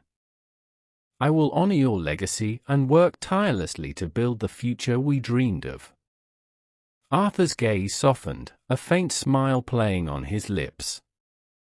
"I have faith in you, my friend. Promise me you will lead them to a better future." "I promise," Hank whispered, his voice breaking. With those final words, King Arthur, the legendary ruler who had united a kingdom and inspired countless tales of chivalry and heroism, closed his eyes for the last time. The weight of his loss settled over the camp like a shroud, the collective grief of Camelot palpable in the stillness. Heartbreak and disillusionment. In the days that followed, Hank struggled to reconcile the cost of their victory with the ideals he had fought to uphold. The kingdom lay in ruins, its people bereft and suffering, and the dream of a modern, enlightened Camelot seemed farther away than ever. The reality of progress, fraught with destruction and sacrifice, gnawed at his conscience. Hank found himself questioning the very foundations of his vision. The innovations and reforms he had championed had led to unprecedented conflict and loss. Was the price of progress too high? Had his efforts to modernize Camelot sown the seeds of its downfall? A kingdom in mourning. The mourning period for King Arthur was marked by solemn ceremonies and heartfelt tributes. People from all corners of the kingdom gathered to pay their respects, their grief a unifying force in the wake of devastation. The Knights of the Round Table, though diminished in number, vowed to uphold Arthur's legacy and support Hank in his efforts to rebuild. Hank, though burdened by his own sorrow, took up the mantle of leadership with renewed determination. He understood that the path to a brighter future was fraught with challenges and that the sacrifices of his allies and friends must not be in vain. The road to recovery. Rebuilding Camelot required a Herculean effort. Hank and his remaining allies worked tirelessly to restore the kingdom's infrastructure, ensuring that basic needs were met and that the foundations of a new society were laid. The emphasis on education, innovation, and community solidarity became the cornerstones of the recovery process. Hank's technological advancements, though initially a source of conflict, now played a crucial role in the kingdom's reconstruction. Improved agricultural techniques, advanced medical practices, and efficient communication systems helped to stabilize and revitalize the war-torn land. Hope amidst despair. Despite the overwhelming grief and devastation, glimmers of hope began to emerge. The people of Camelot, inspired by the resilience and leadership of Hank and the Knights, embraced the spirit of unity and perseverance.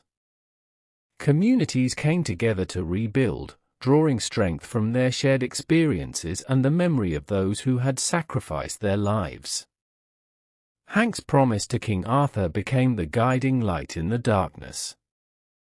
He dedicated himself to fulfilling the vision they had shared, working to create a society where progress and tradition coexisted harmoniously. The lessons learned from the Battle of the Sand Belt informed his approach, fostering a deeper understanding of the delicate balance between innovation and stability. Conclusion. The Battle of the Sand Belt had indeed been a Pyrrhic victory, a triumph achieved at an unimaginable cost. Yet, in the face of overwhelming loss, Hank Morgan and the people of Camelot found the strength to rebuild and move forward. The legacy of King Arthur, the bravery of the fallen knights, and the unwavering spirit of the kingdom became the bedrock upon which a new, enlightened Camelot was forged. Hank, though heartbroken and disillusioned by the destruction and loss, remained steadfast in his commitment to a better future. The journey ahead was long and fraught with challenges, but the seeds of progress had been sown, nurtured by the sacrifices of those who had believed in the dream of a brighter, more just society.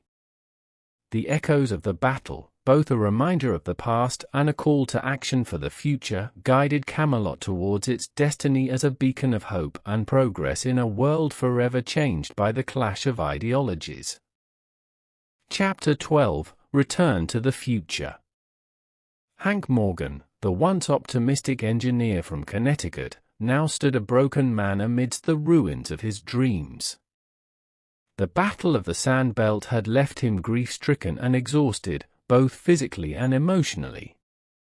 The weight of the kingdom's loss and the immense cost of progress bore down on him, driving him to the edge of despair.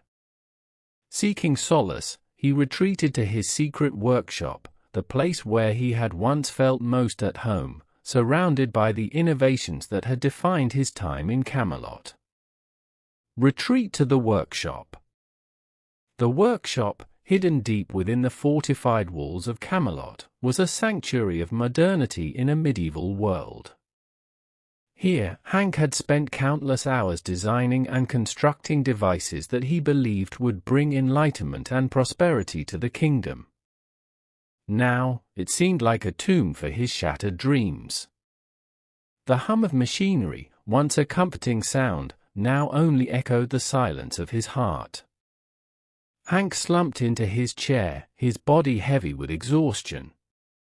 His eyes, bloodshot and weary, scanned the familiar surroundings. The telegraph machines, the early prototypes of electric generators, the blueprints for new inventions, all seemed to mock him with the promise of a future that had been bought at too high a price. The memories of fallen friends, the sight of King Arthur's lifeless body, and the devastated landscape of Camelot haunted his thoughts, refusing to give him peace. Succumbing to despair and fatigue. Desperation clawed at Hank's soul as he grappled with the enormity of his failure. He had envisioned a world transformed by the wonders of technology, a kingdom uplifted by the ideals of progress and reason. Instead, he had witnessed the horrors of war and the resistance of a society deeply entrenched in tradition. The duality of his existence, an agent of change in a time that resisted it, became too much to bear. Hank's mind, overwhelmed by grief and fatigue, began to drift. His eyelids grew heavy, and the relentless tide of sleep pulled him under. He sank deeper into the comforting darkness of unconsciousness, where the burdens of the world could not follow. As his breathing slowed and his mind slipped away, a strange sensation enveloped him. It was as if the very fabric of time and space were unraveling around him, pulling him through a vortex of swirling light and shadow. The mysterious transport. In this state of dreamlike detachment, Hank felt himself being lifted, as though he were weightless. The sensation was both disorienting and oddly familiar, reminiscent of the moment he had been transported to Camelot.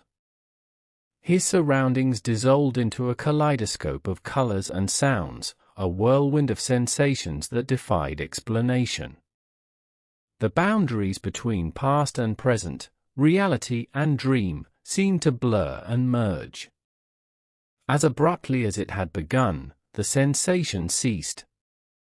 Hank's body, heavy and real once more, came to rest on a solid surface. The air felt different, cleaner, crisper, devoid of the medieval smoke and grime he had grown accustomed to. Slowly, he opened his eyes, blinking against the harsh light that flooded his vision. He recognized the familiar ceiling of his workshop in Connecticut, the same place where his incredible journey had begun. Awakening in Connecticut. Hank struggled to his feet, his body aching from the ordeal. The modern tools and gadgets that surrounded him were both a comfort and a jarring reminder of the time he had spent in a world so different from his own. He stumbled to a nearby window and gazed out at the bustling streets of Connecticut, the noise of cars and the hum of electric lights starkly contrasting with the medieval silence he had left behind. The realization that he was back in his own time hit him with a force that took his breath away. The memories of Camelot, vivid and unrelenting, flooded his mind. He saw the faces of Arthur and his knights, the lush landscapes of a kingdom now ravaged by war, and the countless innovations he had introduced in a bid to bring about progress. These memories were not mere dreams, they were as real as the ground beneath his feet. Struggling to reconcile experiences. The return to Connecticut should have been a relief, but Hank found himself struggling to reconcile his experiences in Camelot with his modern life. The contrast between the two worlds was stark and disorienting. Here, in the present, he was surrounded by the fruits of centuries of progress, technology, infrastructure, and societal advancements that he had taken for granted before his journey. Yet, the knowledge of what he had seen and experienced in Camelot weighed heavily on him. Hank's mind was a tumult of conflicting emotions. He remembered the hope and determination that had driven him to introduce modern concepts to King Arthur's court. He recalled the initial successes and the joy of seeing the kingdom begin to flourish under his influence.